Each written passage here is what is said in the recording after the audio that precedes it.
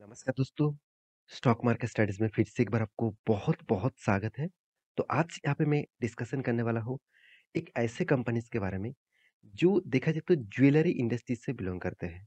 देखिए, jewellery industries से अगर देखा जाए, तो बहुत सारे कंपनीज़ हैं। तो जैसे इंडिया के सबसे बड़ा कंपनीज़ है टाइटन। तो टाइटन आप सभी जानते हैं टाटा ग्रुप की कंपनी है। उसके बाद सेकंड पोज़ीशन में है राजेश एक्सपोर्ट। तो राजेश एक्सपोर्ट सेकंड कैटेगरीज़ में आते हैं मत सर सॉरी सेकंड लेवल में आते हैं क्योंकि उसका मार्केट कैप भी बहुत बड़ा है। तो उसकी बाद जो थर्ड पोज़ीशन में आते हैं, उसका नाम है कल्याण ज्वेलर्स, जो हाल ही में कुछ ही मतलब सालों से अंदर ही कंपनी लिस्टिंग हुआ है। तो अभी भी उतना बड़ा मार्क मतलब इस कंपनी का मार्केट कैप भी नहीं है, तो छोटा कंपनी है, फिर भी इस कंपनी जिस तरीके से काम कर रहा है और जिस तरीके से खुद को मेंटेन कर रहा है और जिस तरीके से इसका management team strongly growing mood में है, तो इस कंपनी के ऊपर अभी से आपको फोकस रखने के लिए ज़रूर कहूँगा। तो आपको मैं कोई बाय एंड सेल का रिकमेंडेशन नहीं कर रहा हूँ। आपको मैं कंपनीज़ के बारे में सारी जानकारी दूँगा। उसके बाद डिसीज़न आपको लेना होगा कि उस कंपनी के ऊपर आपको क्या करना है। तो चलो, सारा इन्फॉर्मेशन आपको दिखाने वाला हूँ, तो वीडियो को लास्ट तक देखना और अभी तक आपने इस चैनल को सब्सक्राइब नहीं किया तो ज़रूर कर लेना क्योंकि आपको daily basis stock market information, update, news, shorts videos आप जानना चाहते हैं, तो इस चैनल के ऊपर बने रहिए। साथ ही साथ आप टेलीग्राम को भी जॉइन कर सकते हैं, वहाँ पे आपको डेली बेसिस बहुत सारे इन्फॉर्मेशन मिलता रहेंगे। तो चलो, देख लेते हैं कंपनीज़ के डिटेल्स के बारे में। तो आप सभी जानते हैं ज्वेलरी इंडस्ट्रीज में एक पॉपुलर ब्रांड है टाइटन। तो सबसे बड़ा ब्रांड है, सबसे बड़ा कंपनी है टाइटन। तो उसके साथ टक्कर देना कोई आम बात तो नहीं है। फिर भी कोल्लन ज्वेलर्स जैसे कंपनीज एक अच्छा खासा लेवल में टक्कर देने के लिए कंपनी ने काम कर रहा है। देखिए कंपनी डिजिटल प्रोग्राम के ऊपर भी है। डिजिटल गोल्ड 100% प्योर 24 गोल्ड इस तरीके से कुछ डिजिटली प्रोग्राम कंपनी लॉन्च कर चुके हैं। देखिए मैं आपको बहुत बार ये चीज़ भी सिखा चुका हूँ, अगर कोई भी ब्रांड एम्बेसडर इसका कोई भी सिनेमा स्टार हो, कोई भी क्रिकेट स्टार हो, कोई भी फुटबॉल स्टार हो, कोई भी हो, तो उसको देखकर आप कोई भी स्टॉक में निवेश मत करना क्योंकि ये एक साइकोलॉजिस्ट है कस्टमर को अट्रैक्टिव करने के लिए। तो कस्टमर को ज़्यादा से ज़्यादा ले आने के लिए, सेल्स बढ़ाने के लिए इस तरीके से ब्रांड एम्बेसडर रखा जाते हैं बड़े-बड़े प्लेयर को। तो इसका मतलब कंपनी का सेल्स का ग्रोथ होगा। तो इसका कोई 100% गारंटी नहीं है कि बड़े प्लेयर, बड़े कोई स्टार को लेके आ गया, उसका सेल ग्रोथ हो गया, ऐसे बिल्कुल भी नहीं होता। तो उसके लिए कुछ फॉर्मेलिटीज़ होते हैं। तो मैं आपको ज़रूर कहूँगा, आप इस तरीके से चीज़ देखकर निवेश मत करिएगा। आपको देखना है, जो ब्रांड एम्बेसडर है, उसके हिसाब से कंपनी का सेल्स कितना बड़े हैं। अगर सेल्स बड़े हैं, कंपनी का एक्सपेंस कम हुआ, कंपनी का प्रॉफिट मार्जिन बढ़ा, तब उस कंपनी के ऊपर कुछ ज़रूर सोचना। तो कोल्लन ज्वेलर्स जो है, मेरे हिसाब से इस कंपनी में एक ख़ासियत मुझे बहुत ज़्यादा देखने को मिला। इसका जो ब्रांड है, इसका जो प्रोडक्ट है, आप यहाँ पे सारी चीज़ देख सकते हैं। तो जितने सारे लोग गोल्ड के शौकीन हैं, तो वो ये डेटा ज़रूर जानते हैं। तो यहाँ पे तो कंपनी की जो ख़ासियत है वो यहाँ पे बता देखिए 10 ब्रांड के साथ कंपनी काम करते हैं। साथ ही साथ कंपनी देखिए ओवरऑल देखा जाए मोर देन 140 स्टोर्स है। कुल मिलाकर टोटल जो इसका स्टोर्स है, कंपनी टोटली 100 इयर्स पुराना है। तो 100 इयर्स स्टेट कंपनी कर रहा है तो इतना पुराना कंपनी आप बोल सकते हैं। तो 112 साल से भी ज़्यादा कंपनी फैमिली बना चुके हैं, तो इतना पुराना कंपनी है, तो एक ट्रस्टेड माना जाता है क्योंकि बहुत पुराना कंपनी होने के नाते कंपनी का ग्रोथ क्या है, वो भी आपको देखना चाहिए। तो चलो, इसका मैनेजमेंट टीम भी आप देख सकते हैं। तो इसका मैनेजमेंट टीम में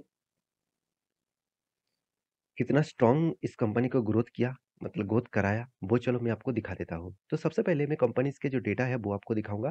तो देखिए कल्याण ज्वेलर्स का जो डेटा है, आप देखेंगे कंपनी 52 का लो किए थे करीबन ₹55 का। वो भी कब? 20 जून। तो करीबन-करीबन देखा जाए तो कंपनी 1 साल के अंदर-अंदर कंपनी करीबन-करीबन डबल कर चुकी है खुद का फंड। उस आपका फंड डबल कर चुके हैं। देखिए 110 चला है और 55 था। तो इसका मतलब सॉरी 1 साल नहीं 6 मंथ के अंदर-अंदर कंपनी आपका फंड डबल कर दिया। तो इस बहुत बड़ा अचीवमेंट है और बहुत सारा रिटेल निवेशक को भी अच्छा खासा यहाँ पे रिटर्न मिल चुके हैं, जो डाउन लेवल में खरीद के रखे थे। तो देखिए आपको इस कंपनी की डिलीवरी रिपोर्ट दिखा दूँ तो कंपनी पिछले दिनों में 34% तक डिलीवरी उठाया गया है और कंपनी का ट्रेड क्वांटिटी बहुत ज़्यादा है, मगर डिलीवरी क्वांटिटी भी कोई खराब नहीं है, 34% कोई खराब नहीं होता। तो इस कंपनी का मैनेजमेंट टीम किस तरीके से काम कर रहा है, उसके लिए आपको कंपनीज़ की जानकारी के ऊपर जाना पड़ेगा। तो देखिए कंपनी के बारे में डिस्कशन तो मैं पहले ही बता चुका हूँ। अभी जो चीज़ आपको दिखाऊँगा कंपनी का मार्केट कैप, करीबन 11,000 करोड़ का टोटल मार्केट है कंपनी का। कंपनी का टोटल पी रेशियो 26.9 है। तो ओवरऑल बात करूँ कंपनी का पी रेशियो भी ठीक-ठाक लेवल में है। इंडस्ट्रीज़ पी रेशियो से थोड़ा-सा हाइक है, चलेगा फिर भी। Return of equity, return of capital employed average से नीचे है। 15% के ऊपर हो तो अच्छा माना जाता था, तो उससे नीचे यहाँ पे देखने को मिला।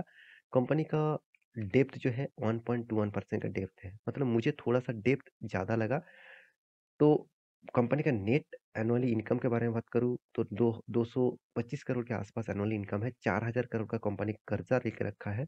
हाथ में कैश भी 155 करोड़ के आसपास कंपनी का कैश भी है। तो कंपनी का जो डेटोस डे है, ये सबसे बिग पॉजिटिव पॉइंट मुझे लगा। कंपनी के हाथ में माल बेचने के बाद 4 दिन के अंदर-अंदर हाथ में पैसा आ रहा है। ये सबसे बड़ी बात है। और कंपनी का इन्वेंटरी जो डे है 232 डेज, मतलब कंपनी देखा जाए तो 230 डेज के अंदर अंदर कंपनी का प्रोडक्शन हो रहा है। तो देखिए, कंपनी का प्रोडक्ट बनाने के लिए टाइम पीरियड जरूर लगता है, मगर सबसे बड़ी बात है कंपनी माल बेचने के बाद इतना जल्द से जल्द हाथ में पैसा लेके आ रहा है। तो ये सबसे बड़ी बात, एक सबसे बड़ी पॉजिटिव साइन है।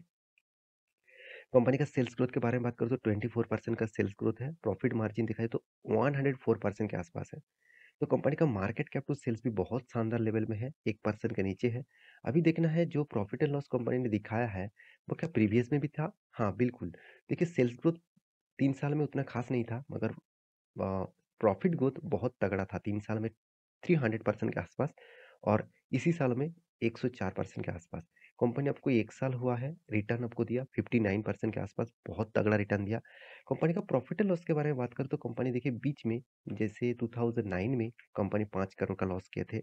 कोविड की सिचुएशन में भी कंपनी देखिए 142 करोड़ का आसपास कंपनी ने प्रॉफिट किया। कोविड के सेकंड लॉकडाउन में कंपनी 6 करोड़ का लॉस किया, उसके बाद फिर से रिकवरी किया, 224 करोड़ के आसपास प्रॉफिट किया। और अभी करंट सिनेरियो है 420 करोड़ का आसपास प्रॉफिट दिखा रहा है। इसका मतलब कंपनी का जो सेल्स का रिपोर्ट है, वो एक ही रेंज बाउंड के नहीं है, थोड़ा-सा अप्स एंड डाउन है, क्योंकि कंपनी एक स्मॉल कैप टाइप कंपनी है। तो इस तरीके से वोलेटिलिटी आपको हमेशा दिखेगा। एज़ ए रिस्की प्लेयर इस कंपनी के ऊपर फोकस रखना, एज़ ए सेफेस्ट प्लेयर इस तरीके से कंपनी के ऊपर निवेश करेंगे, तो आपका मतलब पोर्टफोलियो में थोड़ा-सा गड़बड़ी हो सकते हैं। तो एज़ ए कैश फ्लो के बारे में बात करूँ तो कंपनी कंटीन्यूअसली कैश फ्लो को मेंटेन कर रहा है। तो इन्वेस्टर के बारे में बात करूँ, देखिए, प्रोमोटर प्रोमोटर के पास 60% होल्डिंग है। उसके बाद पब्लिक के पास 34% का होल्डिंग है। और एफआईएस और डीएस ने छोटा-मोटा माल उठा के रखा करीबन 2.5% के आसपास। तो कंपनी के अभी कंपटीटर के बारे में बात करूँ, देखिए, टाइट जितने सारे इसका कंपटीटर है उसके हिसाब से देखा जाए तो कंपनी का जो डेटा है, उस डेटा के हिसाब से कल्याण ज्वेलर्स का जो डेटा है, उसका कर्जा थोड़ा-सा जो पहले जो कंपनीज़ है उससे थोड़ा-सा ज़्यादा यहाँ पे देखने को मिला। अभी कंपनी का मार्केट कैप टू सेल्स के हिसाब से भी थोड़ा ज़्यादा लगा, मगर टाइटन के बहुत ज़्यादा है। तो कंपनी का पीबी पीए रेशियो भी ठीक-ठाक लेवल में है। तो कंपनी का जो चार्ट पैटर्न है उसके बारे में डिस्कस करूँ, देखिए, कंपनी जब स्टार्ट हुआ उसके बाद गिरावट देखने को मिला था। उसके बाद एक बार हाई किए थे, और वो भी इसका जो हायर था, हायर हाई किए थे, मगर उसको सस्टेन नहीं कर पाया। तो वहाँ पे एक रेजिस्टेंस बनाया, और उस रेजिस्टेंस को ब्रेक किया, फिर से इस रेंज को टच किया, और फिर से देखिए गिरावट हुआ। और गिरावट के बाद कंपनी जो रैली दिखाया वो बहुत तगड़ा है। तो बहुत सारे लोगों ने क्या किया, यहाँ पे जो ब्रेकआउट हुआ, ये जो लेवल था, इस लेवल के हिसाब से यहाँ पे ब्रेकआउट हुआ, और बहुत सारे लोगों ने एंटी ले लिया। तो मैं ज़रूर कहूँगा इस तरीके से डायरेक्ट ब्रेकआउट में एंटी मत लेना। आप कहेंगे सर क्यों? देखिए, जब कोई स्टॉक बहुत स्ट्रॉन्ग रेजिस्टेंस के ऊपर ब्रेकआउट करते हैं, और वो भी बहुत दूर से रैली जाने के बाद ब्रेकआउट होते हैं, तो बहुत सारे प्रॉफिट बुकिंग होते हैं। तो यहाँ पे देखिए कितने सारे कंसोलिडेट किया, इसका मतलब अच्छा खासा प्रॉफिट बुकिंग हुआ। आपको एंटी होना है इस कैंडल में, क्योंकि देखिए यहाँ पे जो जो है मतलब हैमर जैसे कैंडल बना, और मॉर्निंग स्टार जैसे कैंडल बना, उस कैंडल में देखा जाए तो आपको बाइंग वॉल्यूम भी यहाँ पे प्रेशर देखने को मिला था। और मैं ज़रूर कहूँगा, मुझे इस कैंडल से भी बहुत तगड़ा गुना यहाँ पे कैंडल देखने को मिला, जो एक मतलब मॉर्निंग स्टार जैसे कैंडल बना, और यहाँ पे हाई वॉल्यूम के साथ। तो देखिए उसके बाद ब्रेकआउट हुआ, और मुझे लगता है कंटिन्यूअसली अभी ऑनगोइंग देखने को मिलेगा। तो इस तरीके से चार्ट पैटर्न आपको देखकर काम करना है, as a swing trading, as a short term trader.